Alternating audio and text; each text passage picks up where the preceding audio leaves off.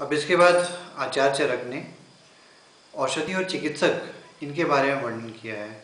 चिकित्सा के प्रथम अध्याय में ये 121 नंबर के श्लोक में बताया गया है। तो उसमें ये बोला गया है कि औषधियों को सही में जानने वाला कौन होता है।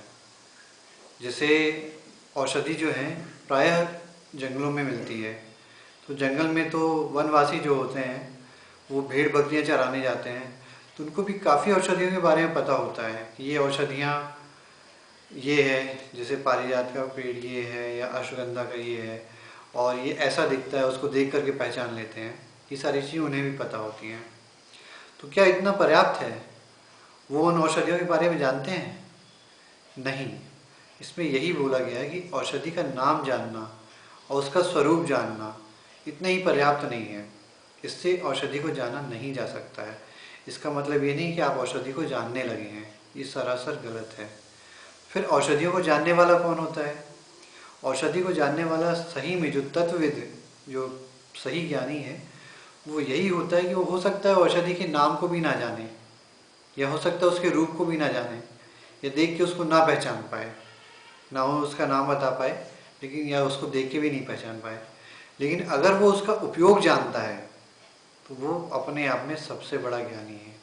वही सही मायने में औषधियों का सबसे बड़ा ज्ञानी है।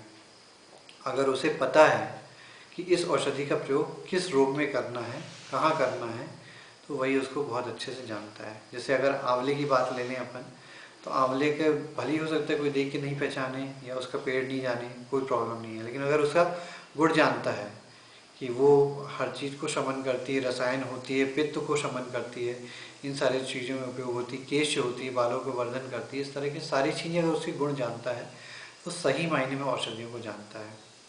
और इसके साथ साथ अगर वो पर्सन उसके नाम को और रूप को भी पहचानता है तो फिर क्या बात है, फिर तो वो 100% पूरी तरह से सब कुछ जानता है। क्योंकि औषधि अपने आयुर्वेद में एक दो नहीं है, बहुत सारी औषधियों का वर्णन है। तो इसीलिए सबसे पहले तो उसका गुण और कर्म जानना जरूरी है। अगर वो पता है तो आप उसको जानते हैं, अन्यथा नहीं जानते हैं। धन्यवाद।